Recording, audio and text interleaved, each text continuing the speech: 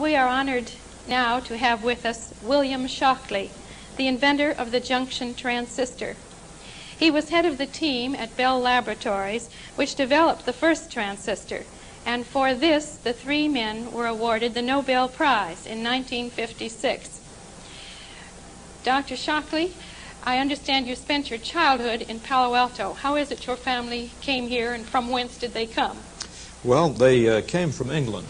They were both Americans, however. My father was a mining engineer, and I maintain that I am probably a Cockney because I believe in the right weather conditions you could hear the sound of Bow bells from the apartment where I was born.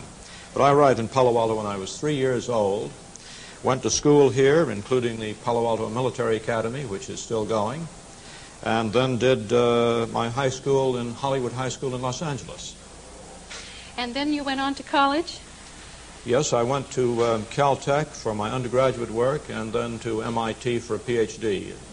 I was a physics major from about my sophomore year in college. And after your PhD, armed with your diploma, where did you go? I went to Bell Telephone Laboratories at that time, where I worked for C.J. Davison, who won the Nobel Prize around 1938 for electron diffraction. And he was one of the attractions that brought me to Bell Laboratories. Little did he think he had another Nobel Prize winner coming to work for him, I'm sure. What were you looking for, or what were you working on when you joined Bell Lab? What was your your subject of research? If I were asked to plan a better procedure than Bell Labs used to try to get me into the transistor business, it would be actually hard to do.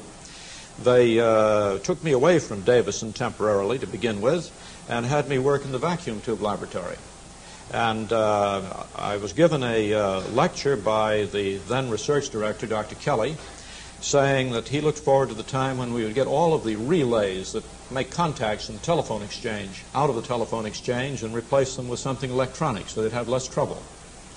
And I wanted to get back to solid-state physics, which was the field in which I got my PhD, and I tried to see how to put these two things together, how to do something electronic and make amplifiers, but to do it not with vacuum, not with a vacuum of vacuum tubes, but to try to find out some way to do this with solid materials.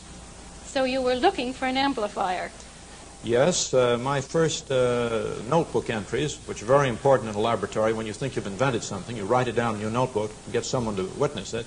My first notebook entry on what might have been a working transistor was, as I recall, late 1939. And how many years was it before you really felt you had something to present? Well, the war intervened, and during that time I went out of physics and worked on problems of military operations, what is now called operations research. As a matter of fact, the name was invented then.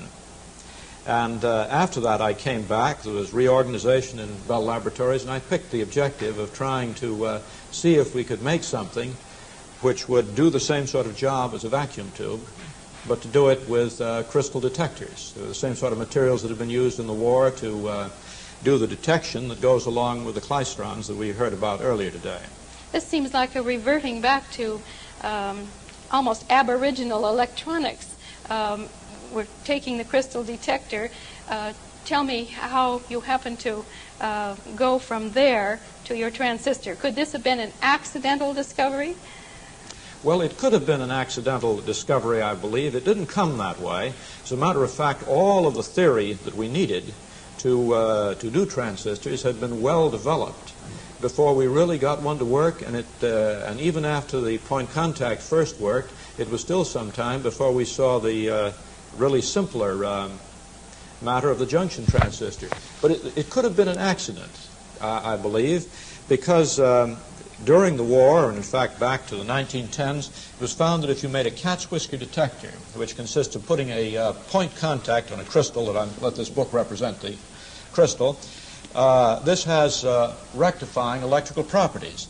Now, if someone had simply studied the interaction of 2 points electrically on one another as they were brought close together, it's quite possible that a transistor might have been invented back in 1915.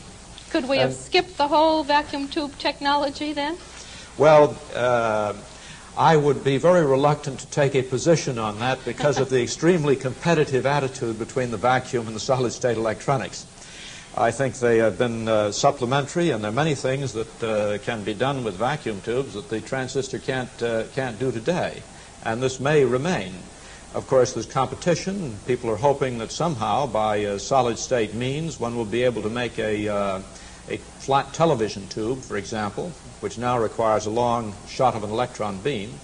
Looking forward to the new inventions that are yet to come, I'd like to have you tell me your thoughts on the nurturing of creativity in the young people today, in our homes and in our schools.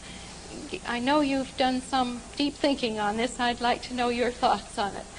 Well, I think a good deal of it is probably built in genetically when the individual starts out, but it can certainly be discouraged. I think one of the things that is least effective in encouraging creativity is to give the impression that the student so often gets in school that all of the nice things, the important things, are found out nicely and neatly.